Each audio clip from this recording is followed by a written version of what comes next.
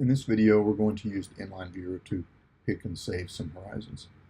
With the inline viewer dialog open, we have tightened up our display parameters, expanded our traces per inch, or millisecond per inch to give us a little bit more detailed view of the area we'll be working. Starting with the auto pick pane, you'll see there's the inline field, crossline field, time field, which is currently empty, and then a window, which is 4 samples. The window is a picking window. Pick polarity is positive polarity. Pick direction by default is inline direction. We'll discuss that in a minute. The auto pick button simply starts at this location in the data. Think of these as XYZ coordinates within the data. Follows a 4 sample window, picks a horizon. So luckily we don't have to do that manually. Anywhere we left click in this pane is auto picking. So starting here, choosing that horizon, left clicking, we'll see we have a pink horizon picked. Choosing quick plot down these buttons will bring up a simple raster graphic of the horizon. Everything here looks correct. We can save. Choose a name.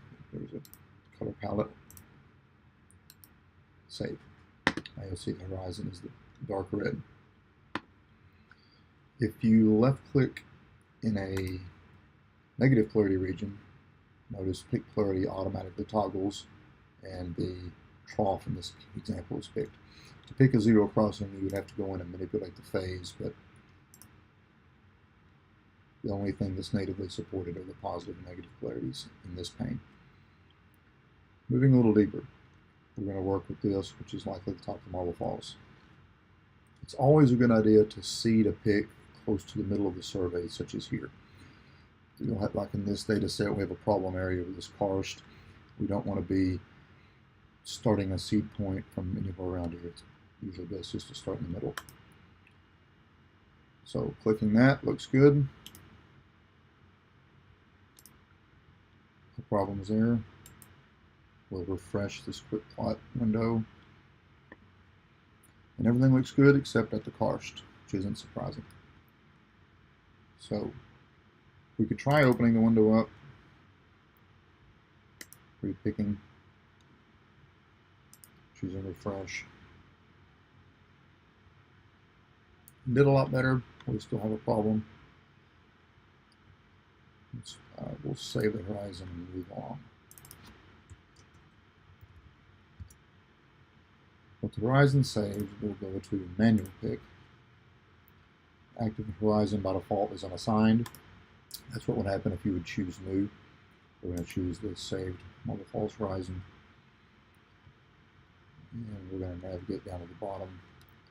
An easy way to get to the bottom is to exploit the safety feature here. We can put in a number that's too big, hit refresh, and by default it puts us at the end. So here we can see what went wrong. This should be up in here somewhere instead of down low.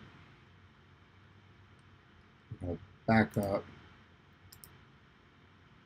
here. Now this pane, we have active horizon. We have some options we'll discuss in a minute. Increment is the direction we're going to move when we hit this Save Picks button, the Save Picks plus or minus. So we're working in the positive direction of the data, which is down, so that'll be a positive. Picked view, we're going to use our previous solution as we iterate through the data. View just gives us the horizon in the other directions. So in the minus direction, one trace back, which is correct. This is our auto pick window. It was 8 from before. We're going to tighten it back up. The clarity is positive. So again, this is the solution for one inline back. Pressing max amp finds the maximum amplitudes. Now, anytime we left click, the nearest pick jumps to our mouse position. Left click and then a right click will delete that position. If I alt click, I create a new one. Move this guy here, choose max amp again. I don't like this. I'll left click to grab him, right click to delete. We will save those picks. You'll see the incremented down. You can choose refresh, and that's green. Max out, save, with the last line, max amp again. And we'll trim those guys out. It's hard to see what's going on. We'll just leave the gap. When we save it, we save these picks.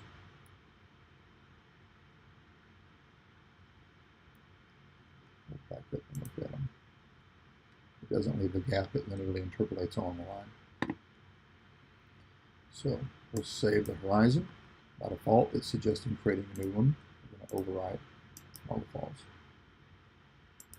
Click and refresh one more time. Everything looks correct.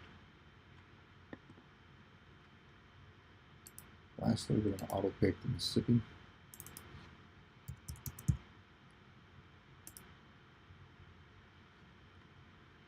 This one's going to be a little bit trickier. It's here, it's going to jump up and jump down. We're going to make a larger window.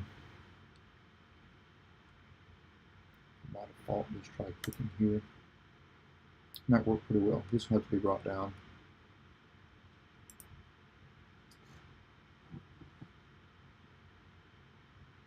So it obviously messed up on the reef flanks, but by and large, this looks pretty good.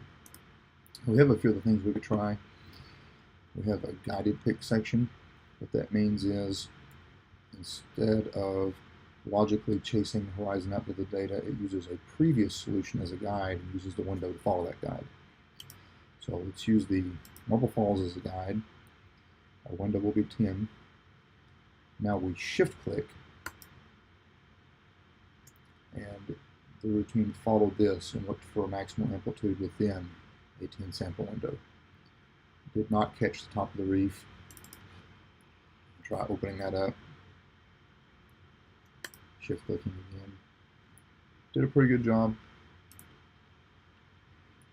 But if you have, like for instance, this section between the Marble Falls and the Mississippi thickens, it's still just using this as a guide, so it doesn't really take into account that thickening, and such. It can possibly grab the wrong reflector, so that didn't really work.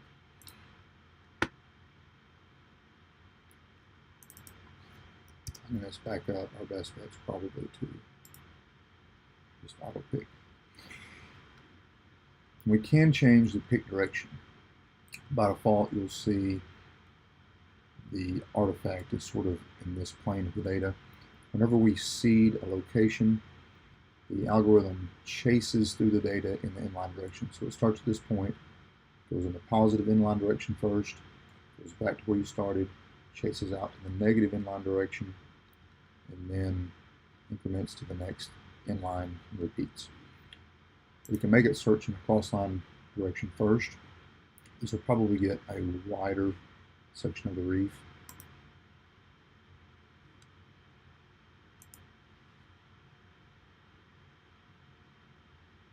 It did, and now you can see an artifact this way. So it just kind of depends on what we want to fix. Whether we want to fix this, we'll probably just back up. Our first one was pretty good, so we'll switch to inline direction. Click seed our point, refresh. There. We'll save it.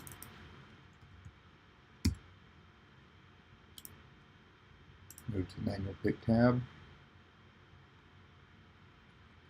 Again, this isn't correct. We can hold shift, right click, move our mouse, delete those points. Alt left click on Windows or command click on a Mac to create a point here. Tighten this up since we're using a guide. Maximum amplitude there. And we'll increment the positive direction. We're going to stick with our current solution first, just to look at the data. Now again, we're going to continue to have a problem, so we'll use a previous.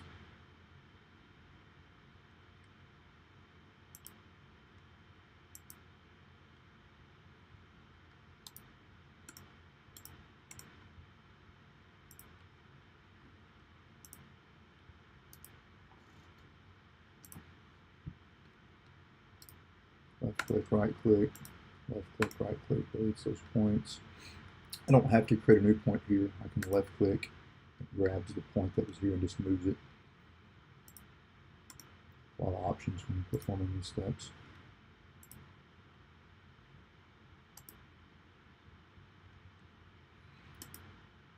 Keep clicking max out and it iteratively finds its solution. At some point this reef edge is going to be collapsing. It's hard to tell without switching back and forth.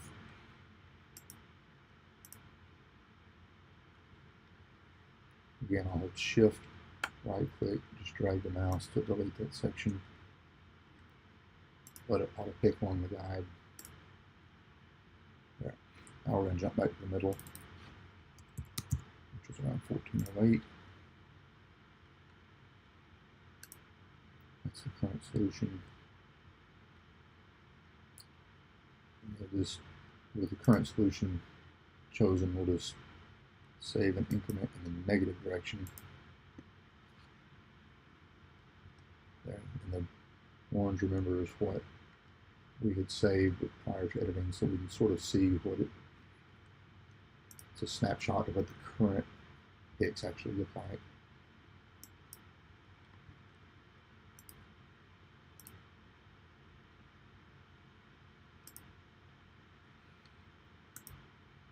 Trim that point away.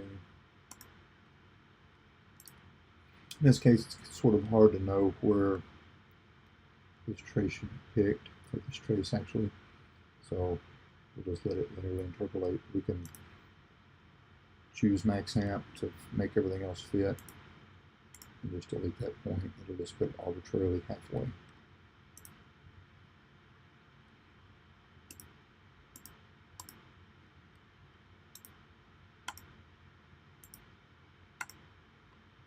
Again, every time I delete a point, I'm left clicking to bring it over, right clicking to get rid of it.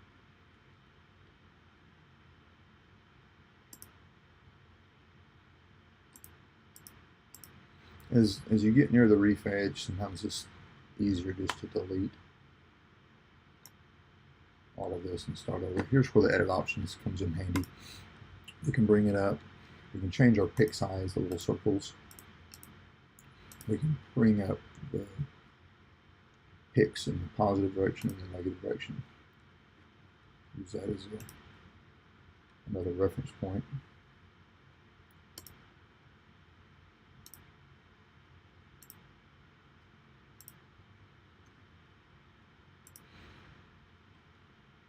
So that's probably a little bit too much. We can trim it back. And again, our first pass isn't perfect. Here we're probably completely off the reef. We may still be seeing a little bit of it here.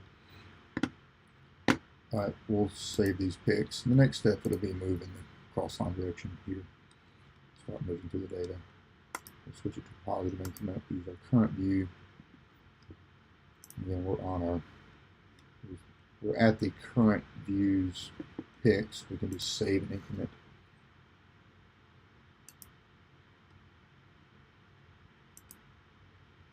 Again, the orange is our previous selection where we have these erroneous picks. We'll go ahead and refresh to get a more current view. There. That looks pretty nice. There's probably some problems here, but we'll just move through it in the cross line direction and check it out.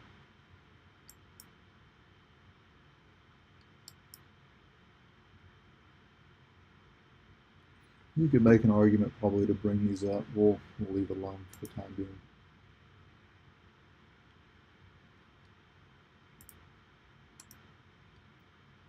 Bring that one over.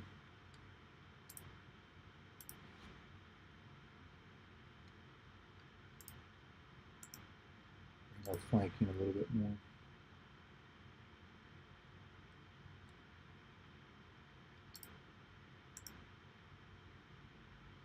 And then I'll alt-click to create a point here.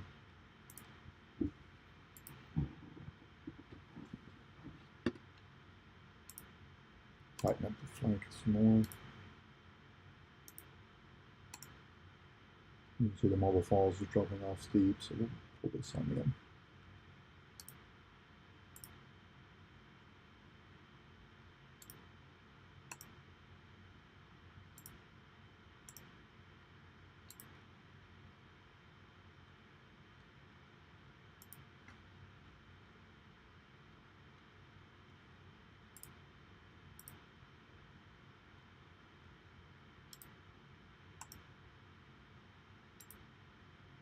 if the orange pick, we can sometimes get too much clutter.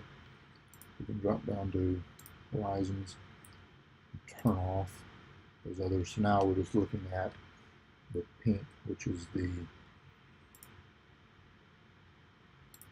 upcoming. I think pink was the positive, so that's the picks. One cross line ahead, orange is one cross line back. Of course, the red and green as it switches colors is what we're currently working. Just keeps it a little cleaner.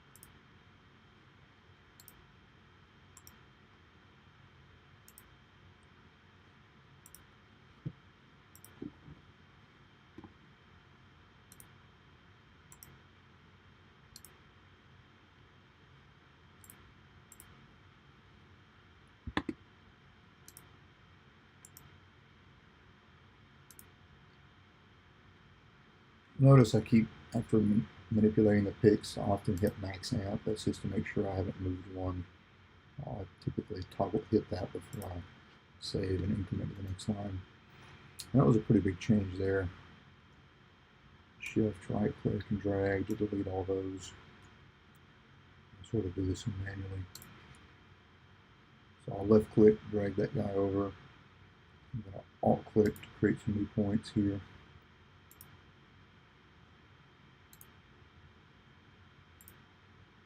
Something like that.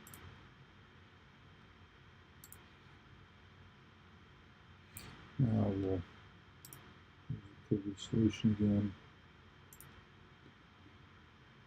Clean it up a little bit.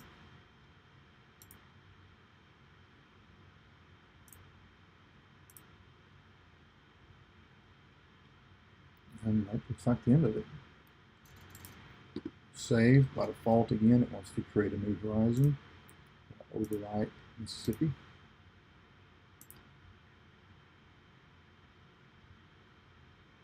Looks pretty good. Go to the plot horizon button to bring that dialog window up. By default, it's plotting the first horizon on the list. We're confident in that one. That one's easy. Look at Mississippi. Change this value. Refresh. And there it is. Looks pretty good. Once you're happy with your picks, we've saved the horizon. Go to the Horizons tab, and we're going to export them. It's in the directory of the data. It's taken the file name that was loaded and it just appended the underscore and then the word horizons. It's a proprietary format. It's actually just a text file, but the data is structured a certain way.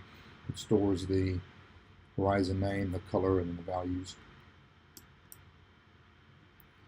So if we had just opened this window, we'll delete. Here we can delete individual horizons if we wanted to, or we can just delete them all. It's just telling you that you're removing them from memory, not the computer. So the horizons are gone. We can import them just the same. There they are. Double click. The picks were off from earlier. Let's toggle them on.